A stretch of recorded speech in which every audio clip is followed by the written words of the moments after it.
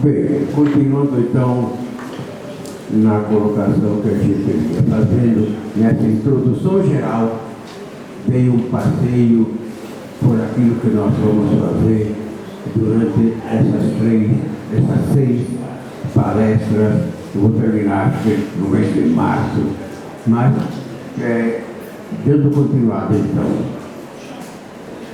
Vamos começar de longe. Isto é, com as leis não escritas. Falar da lei não escrita. E vou examinar 2 mitos que tratam da lei não escrita. Tem vários, né? Mas todo mundo usa notadamente o primeiro e muitos usam o segundo que eu fiz ou outros. Então eu escolhi esses 2. Então a lei não escrita. Analisemos um pouco e vamos ler depois o texto da Antígona. Antígona, que é o nome de uma heroína de uma peça teatral de Sófocles, uma das melhores peças e mais importantes da literatura grega dramatúrgica. Então é sempre recordada sua importância jurídica, sim, mas sua importância ética e, no nosso caso, dos direitos humanos. Antígona, então, é essa peça e é também o nome desta heroína. Ela, Antígona, luta por um direito, o direito de dar sepultura a seu irmão, que tinha morrido numa rebelião contra o rei Acreonte.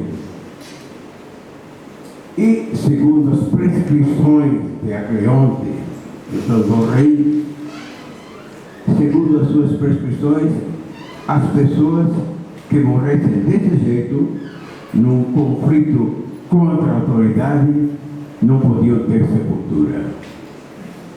Deviam ser esquartejados.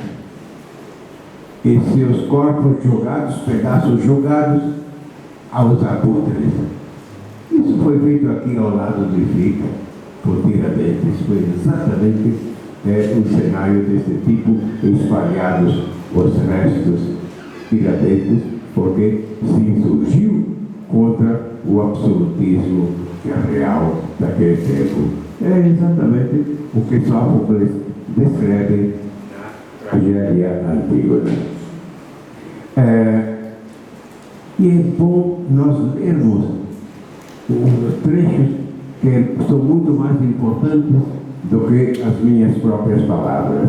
Então vou pedir a Sara que leia um trechinho aqui.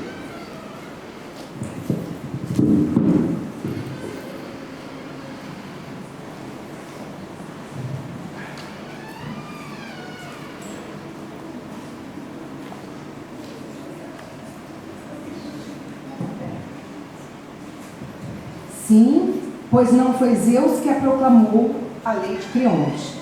Não foi a justiça sentada junto aos deuses do reino dos mortos.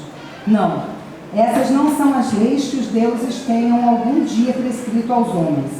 E eu não imaginava que as tuas proibições pessoais fossem assaz poderosas para permitir a um mortal descumprir aquelas outras leis, não escritas, mas inabaláveis, as leis divinas. Estas não datam nem de hoje nem de ontem, e ninguém sabe o dia em que foram promulgadas. Poderia eu, por temor de alguém, qualquer que ele fosse, expor-me à vingança de tais leis? Esses são os versos de 450 a 460. Isso. Da Antígona, portanto, esse é um texto muito rico, muito conflitivo. Então, as suas leis, ó Creonte, não são leis divinas, não são leis da justiça que têm assento junto aos deuses imortais. Não é não, são duas palavras.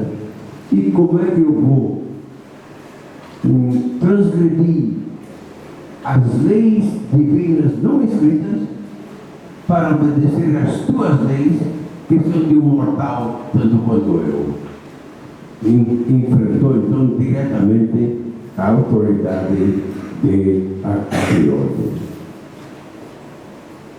Muito bem, este mito então é uma testemunha eloquente e contundente da crença então dos antigos e a convicção que eles tinham de que havia leis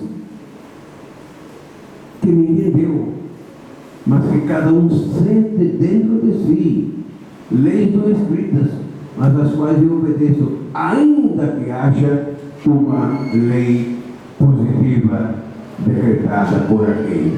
Se essa lei positiva decretada pelo rei for contrária à lei que eu sinto dentro de mim, eu me obrigo a não cumpri-la e ela não cumpriu.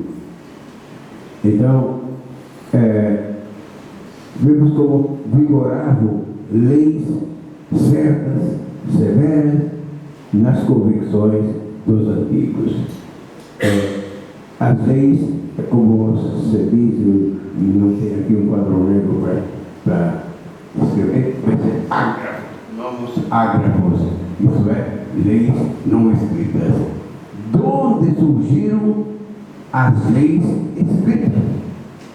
Como diz a modernidade, Jefferson diz: a natureza nos deu 3 direitos: vida, liberdade, desejo de feliz. Isso é toda a natureza. Agora, aqui acabou o papel da natureza de Deus, cabe a nós legislar por cima para garantir e proteger esses direitos. Nesse sentido é que vai, então, a Antígona e vão, igualmente, os direitos proclamados na modernidade e no tempo atual com a Declaração de 48. Ou seja, essas leis, então, escritas, devem corresponder e proteger aquelas leis fundamentais não escritas. Não está escrito em nenhum lugar que nós temos direito à vida. Em nenhum lugar está escrito que nós somos livres. Entretanto, o direito positivo sente a obrigação e o dever de protegê-los. Vamos examinar um segundo mito, bem mais novo que esse, mas eu vou fazer uma súmula. Eu me refiro ao mito de Platão. E mitos iguais, no mesmo sentido, ele tem vários. Mas aqui eu escolhi o Protágoras. Está nos versos 320, 323. Eu não trouxe aqui Platão porque vim já com outros livros e nunca viu na pasta. Mas está ali, então, no Protágoras 320, 323. Ele narra o mito de Prometeu, que construiu o mundo. Construiu o mundo. Então, chegado o tempo de fazer o mundo e seus habitantes, os deuses encarregaram 2 colegas para cumprirem essa tarefa. E foram Epimeteu e Prometeu, 2 irmãos que deviam construir o mundo como ele existe. Prometeu se antecipou um pouco e combinou com o irmão de que ele se encarregaria de fazer tudo. E no final de contas, final dos trabalhos, e Timoteu viria para supervisionar e ver se estava tudo de acordo. E assim foi. Você faz o mundo, as coisas, e depois veremos, examinaremos juntos para ver se corresponde à vontade dos deuses que nos encarregaram desta tarefa.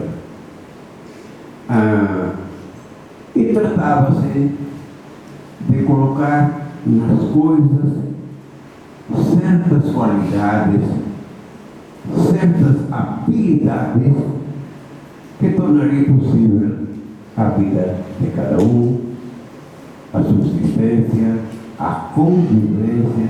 Então, precisava buscar estas habilidades e qualidades. E devia haver uma dosagem equilibrada para não criar conflitos entre as criaturas. Precisava ter critérios, então, da distribuição